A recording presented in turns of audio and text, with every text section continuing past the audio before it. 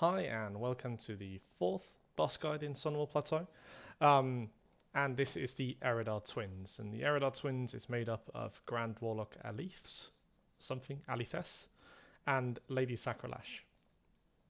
Before you get to this point, you have to go through quite a grueling gauntlet event. This will not be shown in the video, however, it will be covered in the written guides on the website. First and foremost, these two bosses have separate mechanics, but they also have like an overarching mechanic. And this is Dark Touched and Flame Touched. Basically, whenever any raid member takes any shadow damage from the bosses, make sure this is like only boss damage, so you can't gimmick it with dark runes or anything similar to that. You will take a debuff that reduces healing received by 5%.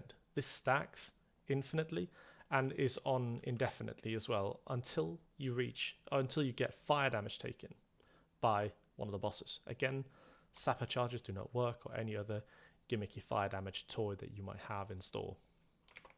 So, Dark Touched stacks whenever you take shadow damage from a boss, is removed instantly, all of the stacks, once you take fire damage. There's a similar mechanic, Flame Touched, which is the reverse, where you take increasing fire damage for every fire damage ability you're hit by the boss, and it starts at 300 damage per 2 seconds per stack, so it ramps up quite quickly. This is removed as soon as you get hit by shadow damage.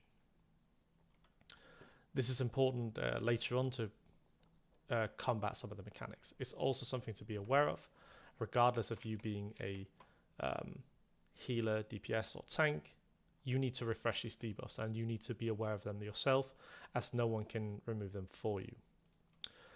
Now, for positioning, we'll have 2 tanks on Sacrolash down here, and we'll have 1 tank on Alithes, probably a paladin, down here. Range, everyone will be stood here, range plus healers, and DPS Sacrolash first, and then we'll kill Alithes afterwards.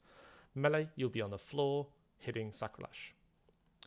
Now, why are we doing it like this? Because Sacrolash has a few abilities.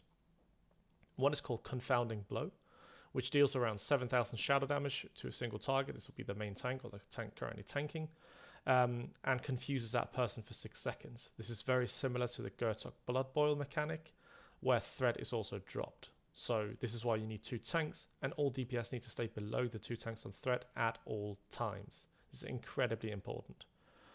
Because we don't want Sacrolash to run around.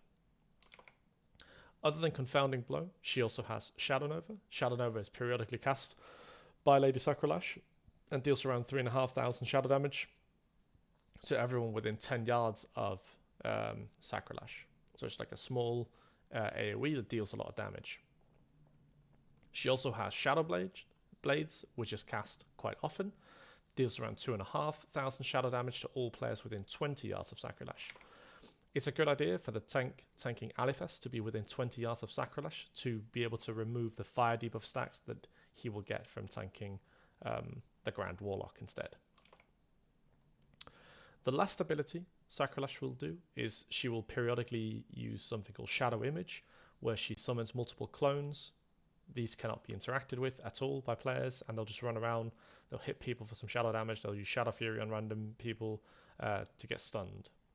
Can't really do much about it. They'll probably stay around the area around Sacrolash and won't be up on the balcony, as far as I remember. Now, this is not necessarily a reason to be up here for everyone, but we also have another enemy in this fight, which is the Grand Warlock. Now, Alithes has 4 mechanics. One is Blaze. Blaze is cast on a tank. It's a tank mechanic. Deals around 5.5k fire damage. And you will leave a fire trail behind for a couple of seconds.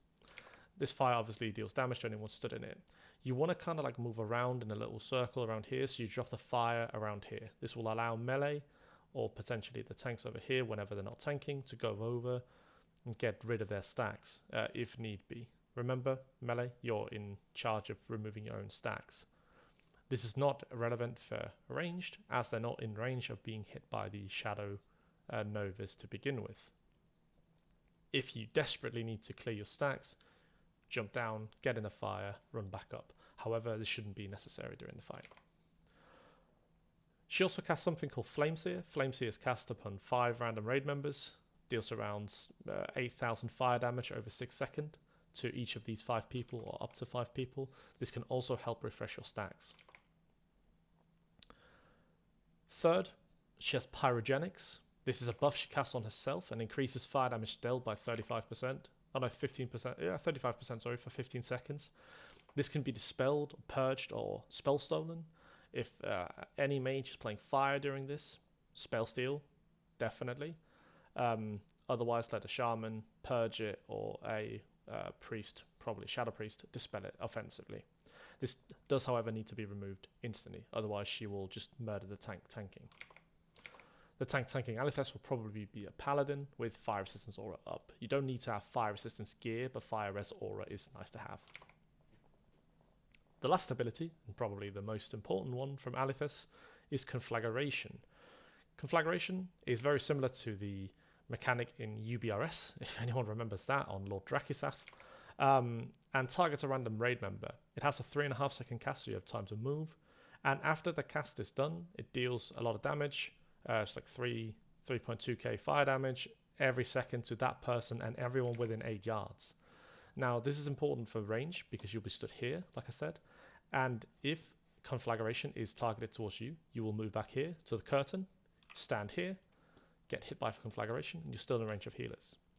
If you're a melee getting hit, you run underneath here, down to this point, under here, run to that point, get hit by Conflagration, run back in, hope you don't die.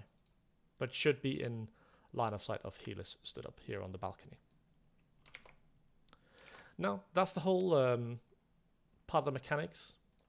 You basically just DPS Sacrolash. There's a lot of damage going out. Again, becomes quite a meme in here, but these are all healing intensive fights, so healers will have a hard time. Melee, range, try and help healers out. You remember to use health stones and look at your debuff to cleanse them from either fire or shadow. And most importantly, make sure you're aware of the threat. Now I'm just going to engage you here just so you can see what happens.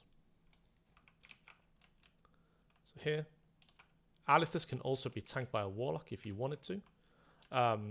We'll probably use a Paladin though. Here, this is the Blaze.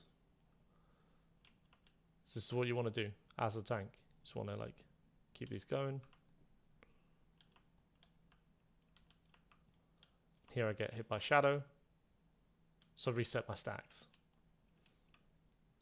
But yeah, so the Paladin tank, who will be tanking Alithess, you'll be doing this pattern just over here on the left side, obviously. These are the small shadow images, you can't do anything about it. Like so. And the Paladin will just consecrate, use go in, hit, pop a consecrate down, pop a judgment. Just wait for the spells to drop out. This is a consecration, as you can see, disoriented, taking damage now around me as well. So this is why it's important that you move out as soon as the cast starts, because you will take a lot of damage and you will deal a lot of damage, and there's already a lot of stuff going on around. Sacrolash keeps throwing out these novas, so raid damage in general is pretty high. But yeah, so once we kill Sacrolash, I'll just get 3 of this consecrate or conflagration here. Kill Sacrolash. Alithess is buffed with some of Sacrolash's abilities, so she now has some of her Dark Sister's abilities, and the tanking will still be doing like this, the same pattern, and you'll be sure to do it on this side of the raid, so that melee and range can stand behind down here and hit the boss. You should have had enough time to build up enough of a threat lead that it doesn't matter that you can't always just go in and melee her. Just go in. Make sure she's like stands still for most of it. If you need to move her, do so. Other than that, tank and spank, kill the boss, get loot.